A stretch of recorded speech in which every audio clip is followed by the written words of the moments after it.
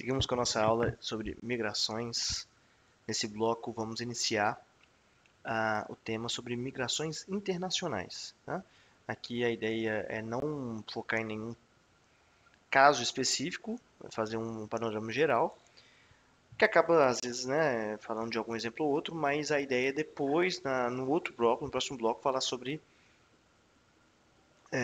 alguns casos específicos, né? Trazer, pontuar, né, casos reais, exemplos reais. Mas vamos lá. A migração internacional. A gente pode dizer que no advento da globalização, houve um aumento absoluto e relativo de migrantes internacionais. Quer dizer, foi facilitada, né, por vários adventos de informação, transporte, enfim, mas há um aumento de fato, tá? Geralmente ela ocorre dentro de fluxos para polos de atração, né? Então, nós podemos dizer que a migração funciona mais ou menos assim: polos de atração de migrantes, para onde vão, né? E esses migrantes podem vir de diferentes origens, tá? Bom, como eu disse aí, né, facilitador, o transporte, informação, as transições também, tem que citar isso. O que facilita essa migração internacional não é só o transporte ou a informação, mas também as transições financeiras, tá? Que nós vamos falar sobre remessas, que é o que geralmente, em alguns casos, né, qual que é o objetivo da migração em alguns casos? Uma pessoa da família migra, trabalha e faz essas remessas para a família que ficou no local de origem. E nós vamos ver a importância e o impacto disso nas economias, né? E um motivador para as migrações internacionais ocorrerem é, como nós falamos, né, a dinâmica econômica própria da globalização, mas também da acumulação flexível, que seria essa fragmentação dos processos produtivos que acabou redistribuindo as, o processo produtivo de algum produto, de conjunto de produtos, em diferentes países. E nisso aí, né, voltando nesse ponto que é muito importante, o que essa acumulação flexível faz? Com que alguns países estejam ali mais dentro de uma cadeia de produção de matéria-prima, de trabalhos redundantes, e outros, né, de mais tecnologia. Então, essa diferença, né, geralmente, dependendo do tipo de migrante, vai em busca de trabalhos de maior qualificação, trabalhos com melhor remuneração. Há também casos a depender do tipo de migrante, que vai para um país onde tem uma dinâmica econômica um pouco melhor, né, que não esteja estagnada, se esse for o caso. Mas vamos lá, a causa das migrações, podemos citar esses três. Qualidade de vida, então geralmente, né, a busca é por um IDH maior, né? Sair de um país com não tanta qualidade de vida para um maior. Essa geralmente é o caminho que se faz.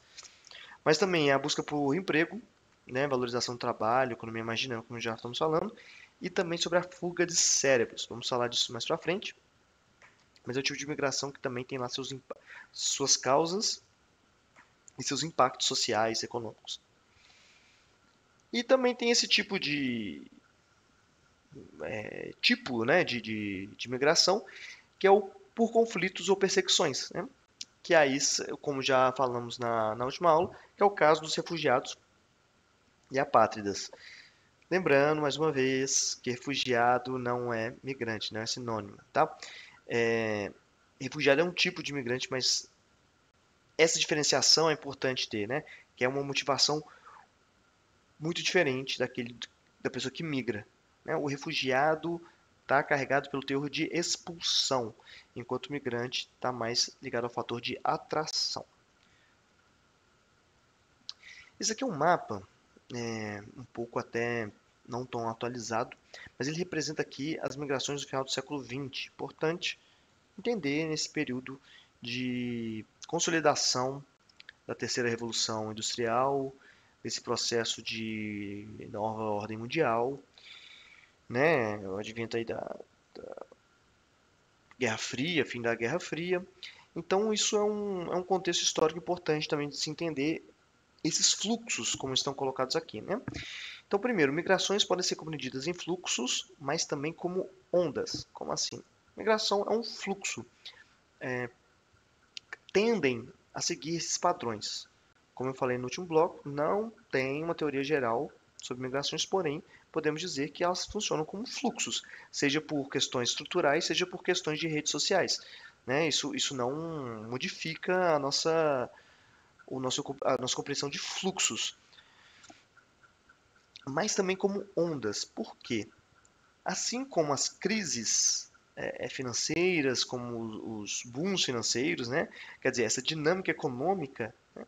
Assim como ela é instável, ela oscila, as migrações também oscilam. Né? Então, tendem a seguir padrões estabelecidos pela dinâmica econômica.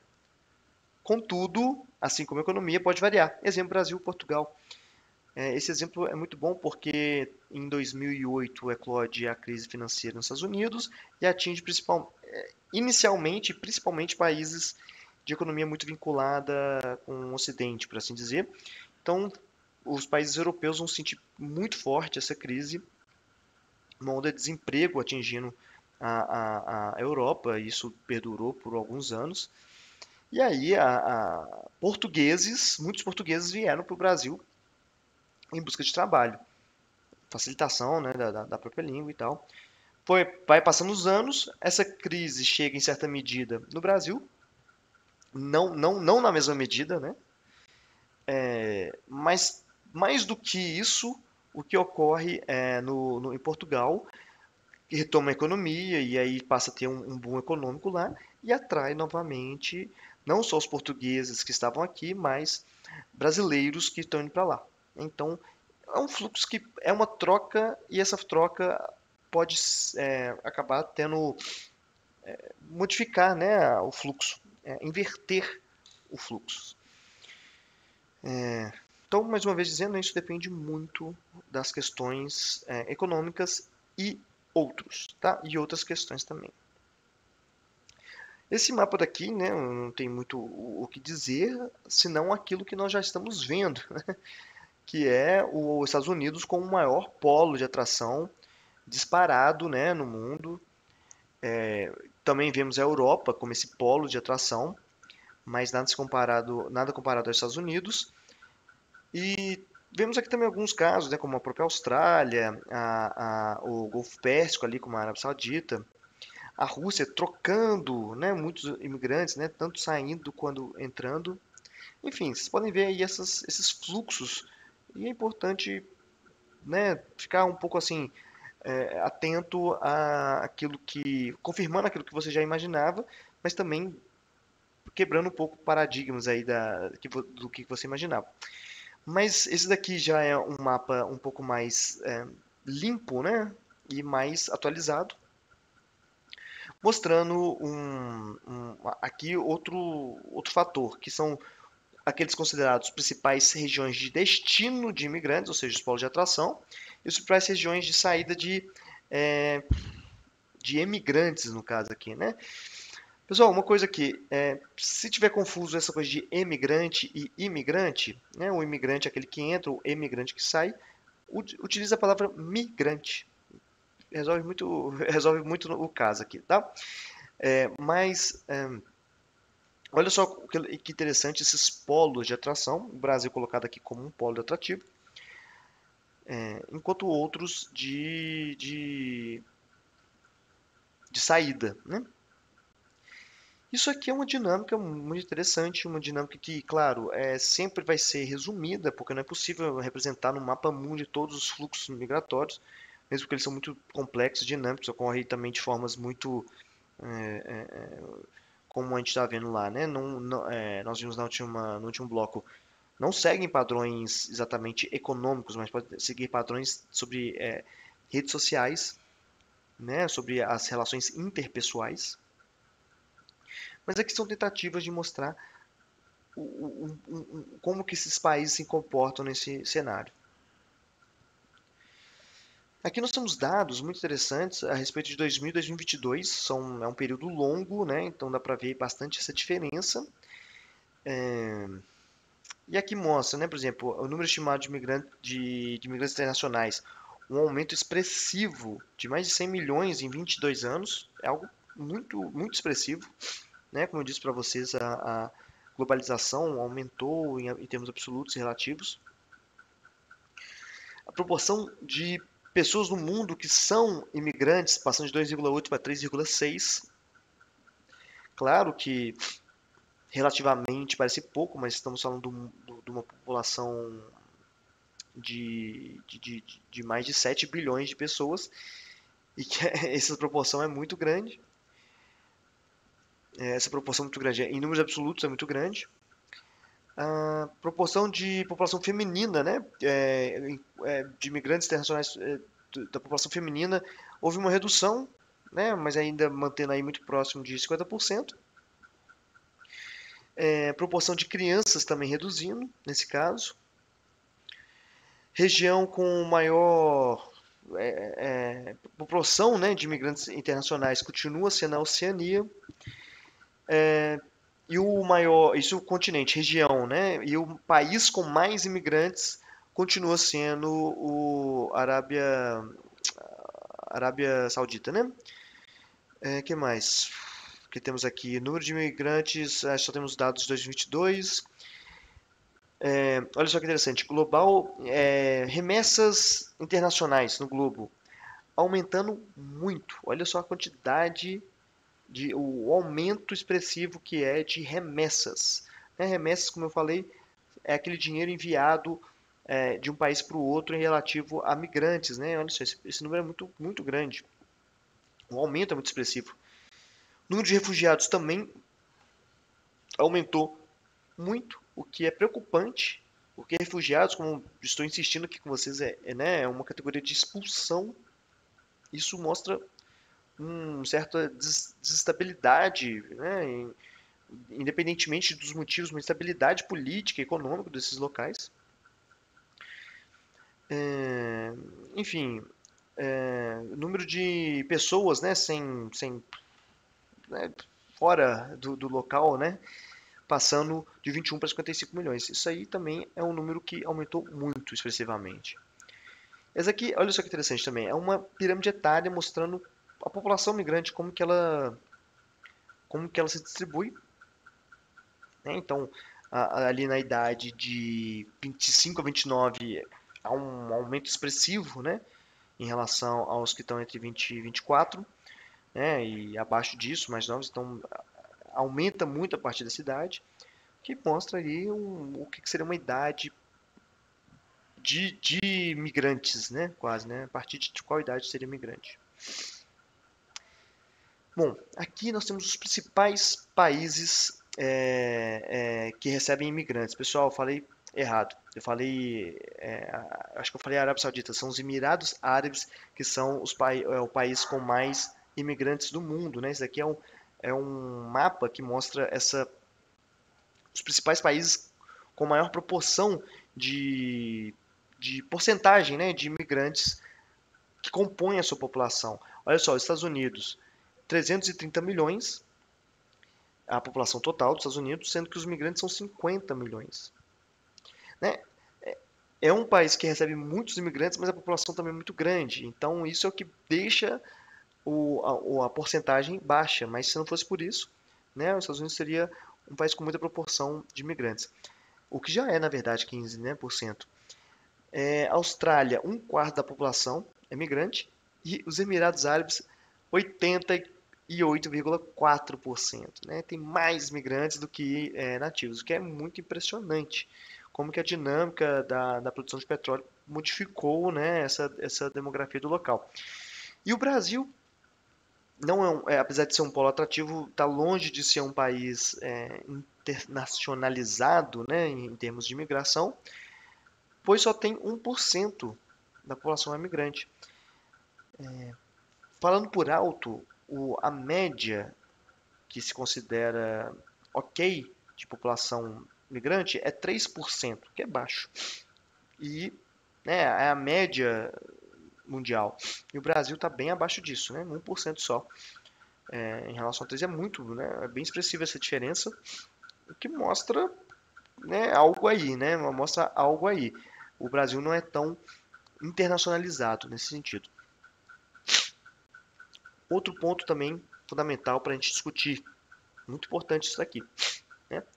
Olha só, nesse mapa aqui que está aqui embaixo, mostra o mundo dividido em duas partes, né? Nós costumamos chamar de equador geoeconômico. O equador, como todo mundo sabe, é aquela linha imaginária que corta a Terra em dois. É uma linha imaginária, mas ela tem o seu sentido muito objetivo, muito material, que é dividir uma Terra, né, a esfera, em duas partes iguais, norte e sul. Porém, nós temos um equador também geoeconômico, seria uma divisão abstrata, porém, que representa aquilo que seria o mundo, os países centrais, né, e os países periféricos.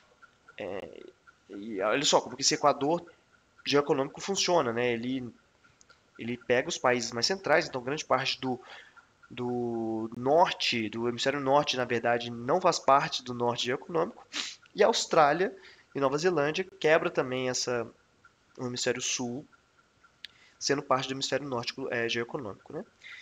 E essa divisão é importante para a gente compreender fluxos migratórios. Vamos lá para os textos, olha só. Migrações sul-norte, nós consideramos como aquelas tipo 1. Migração sul-norte, migração hemisfério sul geoeconômico, em direção ao norte geoeconômico, tá? São as mais visadas, pela quantidade de pessoas que buscam maior qualidade de vida, mas enfrentam rigorosos obstáculos. Claro, né? Há uma resistência, eu ia falar que xenofobia, mas vou deixar esse termo aí para depois, mas existe uma resistência muito grande de países periféricos em receber população do sul, né? Quase como uma seleção de pessoas que podem entrar desses países, né? Com vários tipos de obstáculos, desde o visto até outros tipos de burocracia. Nós também temos a migração tipo 2, que seria a migração entre países do norte, norte e norte. São numerosas devido às facilidades financeiras e diplomáticas que esses países possuem entre si, né? Para você ter uma ideia, migrar, se você for nativo de um país europeu dentro da União Europeia, é muito fácil migrar para outro. Uma facilidade muito grande para estar dentro desse bloco, inclusive. Mas o mesmo ocorre se você estiver na Europa, for europeu e quiser ir para os Estados Unidos. É muito mais fácil. Não se exige visto para muitos países assim, né? Ou seja, pouco enfrentamento. E podemos citar aqui outros, né? O próprio IDH maior já permite que a pessoa tenha mais facilidade de entrar no país, por exemplo, que fala inglês, porque teve um ensinamento de inglês mais forte. O câmbio monetário, né, o câmbio entre moedas, também facilita muito do que se você vier de um país que a moeda é desvalorizada. Então, tem vários tipos de obstáculos, vários tipos de resistência também. Fora que, preciso dizer isso, esse equador geoeconômico, apesar de ser também uma linha imaginária, tem pontos que ele não é tão imaginário assim, ele pode ser concreto, né? Como é o caso de barreiras físicas que existem entre México e Estados Unidos, né? Há locais com verdadeiros muros mesmo, que separam esses dois países, porque é ali onde passa esse Equador. Também o próprio Mediterrâneo, como eu falei no último bloco, sobre ser uma barreira também, que pelo próprio descaso de alguns países europeus acaba sendo um local super propício a náufragos de imigrantes clandestinos. Enfim, existem essas barreiras reais, né? Nesse caso. Mas vamos lá. E tem aqui uma que eu quero muito falar, que é a migração sul-sul, que é do tipo 3. As migrações sul-sul tomaram a maior proporção no século XXI, sendo resultado de novas configurações políticas e socioeconômicas. Isso aqui é a cara do início do século XXI, em que os países emergentes, esses países do sul, geoeconômico, se tornam o que nós podemos chamar, né, como está aí nesse texto aqui embaixo, um oásis no sul geoeconômico. O que são oásis? são aqueles afloramentos de água, né? Aquele afloramento do lençol freático em regiões áridas, semiáridas, que por a água aflorar, cria ali um ecossistema muito diferente daquele desértico, aquele ambiente árido. Então, para quem está nesse deserto da pobreza, nesse deserto do subdesenvolvimento, enxerga em países emergentes como um afloramento de oportunidades, expectativa, de futuro. Né? Então, ao se deparar com o crescimento econômico do Brasil, o crescimento econômico da África do Sul, o crescimento até dos Emirados Árabes, da China, muitos países vizinhos, muitos países que sofrem muito, enfrentam muito a resistência de países centrais, têm a oportunidade de migrar para esses países, né? Então, como oásis, né? Então, eles se tornam mais numerosos. Né? E, finalmente, nós temos a migração norte-sul, ela não é exatamente tipificada, né? Porque há um baixo volume de pessoas que fazem esse tipo de transição, né? Saem de um país rico para um país periférico, para morar. Gente, lembrando, existe uma diferença entre turismo e imigração. Né? Pessoas que saem dos países ricos para fazer um turismo, mesmo que seja esticado em países do sul, ok, isso é uma coisa, mas o que estamos falando aqui é a respeito de imigração. Né? Suas principais causas é a transferência de funcionários. Ah, sim, isso aqui eu vou fazer uma correção, tá? Porque a principal causa aqui ficou forte, mas é uma das causas que faz esse tipo de imigração, né? Então tem uma empresa multinacional instalada em algum país, a sede, né, está instalada em algum país central, um país rico, e esse funcionário é designado ali para poder trabalhar numa filial, no país pobre, né, no país periférico, e leva a sua família, enfim. Isso é um tipo de imigração norte-sul que existe, só que ela é muito menos volumosa. E aqui são a evolução, né, desses tipos de, de imigração. Olha só,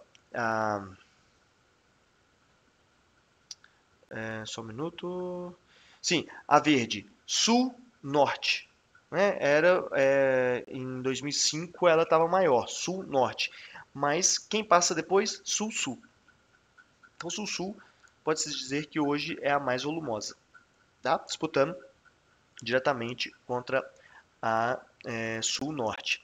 E temos aqui também a norte-norte. Essa norte-norte, antes do século XXI, era mais numerosa e agora ela já está perdendo espaço para esses dois tipos de imigração. Tá bom? E lá embaixo, a migração norte-sul, né, perdendo até proporção. Interessante isso aqui, tá, pessoal? Fatos sobre migração internacional. Olha só que bacana, né? Isso aqui é um ponto que vale muito, assim, com mais tempo, refletir sobre isso, né? Mas quando o percentual de imigrantes no mundo era de 3,2, esses migrantes geravam 12% do PIB mundial. É difícil apontar causas sim, específicas, mas o migrante produz mais. Então, gera mais PIB. Né? Proporcionalmente aí está errado. Né? Se pensasse 12% da população global fosse migrante, seria 12% do PIB. Não, gera muito mais PIB nesse sentido. Então, isso aí é um fator muito bacana mesmo, inclusive até mesmo para confrontar com ideais xenofóbicos, né? Sobre atraso em relação à migração, enfim. Isso dá muito pano para manga, é algo que deve ser colocado aí para reflexão, né? Com mais calma. Para o país receptor, os imigrantes rejuvenescem a população, em geral são mais produtivos. Lembra que a gente viu lá a pirâmide etária? Viu que a grande parte é jovem? Ou seja, esses países que estão envelhecendo, os países ricos, né, pós-industrializados, que estão envelhecendo, a migração é que torna um equilíbrio na demografia. Isso é também outro fator muito importante. Depois, já o país de saída perde mão de obra desse imigrante adulto, que também seria um consumidor interno. Então, aí está mostrando no outro lado que perder imigrantes é pior do que você receber imigrantes. Né? Isso aí é um ponto também muito interessante de se refletir e imaginar, né, como que isso pode ser uma forma de afetar um país que perde imigrantes. E por fim, a vantagem para o país de saída são as remessas enviadas pelos emigrados, né? Dependendo do balanço de pagamentos do país, essas remessas podem ter grande impacto na economia interna. O que está falando aqui? O imigrante saiu aqui do país, foi lá trabalhar, mas ele fica mandando remessas para cá. Isso é um acréscimo na economia local muito importante, muito importante. Eu estava evitando já usar casos específicos, né, nessa aula, mas em Minas Gerais, a cidade de Governador Valadares é muito conhecida por ter sido um polo de envio de emigrantes para os Estados Unidos. E aí nós podemos encontrar várias formas de interpretar isso, desde as ideais estruturalistas quanto ideais sobre redes sociais. O caso do início do fluxo migratório está muito ligado às redes sociais. Tem uma história bem interessante sobre isso, né? Parece que partiu de uma pessoa fazendo esse tipo de transição na região. Isso se espalhou para outros municípios. Algo muito bacana, muito rico em termos de pesquisa demográfica. Mas o que eu queria dizer é que quando quando houve a crise 2008 nos Estados Unidos, muitos desses emigrados retornam para a Governador Valadares e região com dinheiro, com dólares, e reinvestem no local com negócios, né? Então a economia local teve um boom nesse momento com esse retorno, né? Ou seja, isso tem um aspecto bem positivo, né? Enfim, passando, a gente tem aí uma evolução das remessas recebidas pelo Haiti e o quanto que isso significa para o PIB do país, né? Sem essas remessas, isso faria um déficit no PIB do Haiti, pela quantidade de emigrados que continuam mandando remessas para as famílias que estão lá no Haiti. E para finalizar a aula, gente, já que nós passamos o tempo aí um pouquinho, falar sobre isso. Sistemas regionais de imigração. O mundo está globalizado, as pessoas estão podendo migrar para muito longe, existem informações, existem motivos estruturais, existem motivos de redes sociais, mas as migrações regionais são muito importantes. E quando eu falo regionais é porque podem ser internacionais, porém próximas. Então vamos lá. Nos sistemas regionais, grande parte das migrações é curta distância, ou seja, movimentos em direção aos polos econômicos mais próximos. Isso se deve à proximidade física ou a fatores culturais, por exemplo, ou seja, a distância importa. Não é porque o mundo está globalizado, transporte, tudo, etc., que facilitou aí escolher a dedo qual país. A distância importa, né? No caso do refúgio, quando se busca refúgio, na grande maioria dos casos, o deslocamento para outros países acontece levando-se em conta principalmente o fator de proximidade. Né? Você refugia para o país do lado, não em outros continentes, por exemplo. Né? E esse gráfico aqui está embaixo de mim revela isso. Olha só, nós temos aqui a origem, África, Ásia, Europa, América Latina, América do Norte e Oceania. E isso são as origens. E ali são a distribuição para quais continentes cada um dessas origens vai. Então, na África, vamos lá, na África, deixa eu ver aqui. Olha só, na África, a maior parte vai para a África, né? Você vê ali, origem África, vai para a África. Na Ásia, a maior parte também vai para a Ásia. Na Europa, também vai para a Europa. Na América Latina, interessante, na América Latina isso foge à regra, olha só. Na América Latina, grande parte. A América Latina está como LAC, tá, gente? Na América Latina, 70% e depois.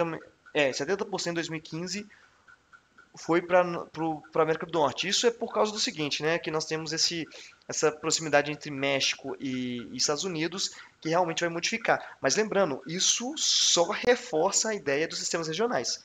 O México tem uma migração muito forte para os Estados Unidos, não é por causa de. Não é à toa, é por fator locacional. Enfim, a Oceania também migra mais para a Oceania. Quer dizer, esse gráfico aqui depois vocês podem dar uma analisada com mais calma, ver como que é essa distribuição, mas só reforça esses sistemas regionais, tá bom? Bom, essa parte de remessas nós vamos falar no próximo bloco, tá? Então, até lá.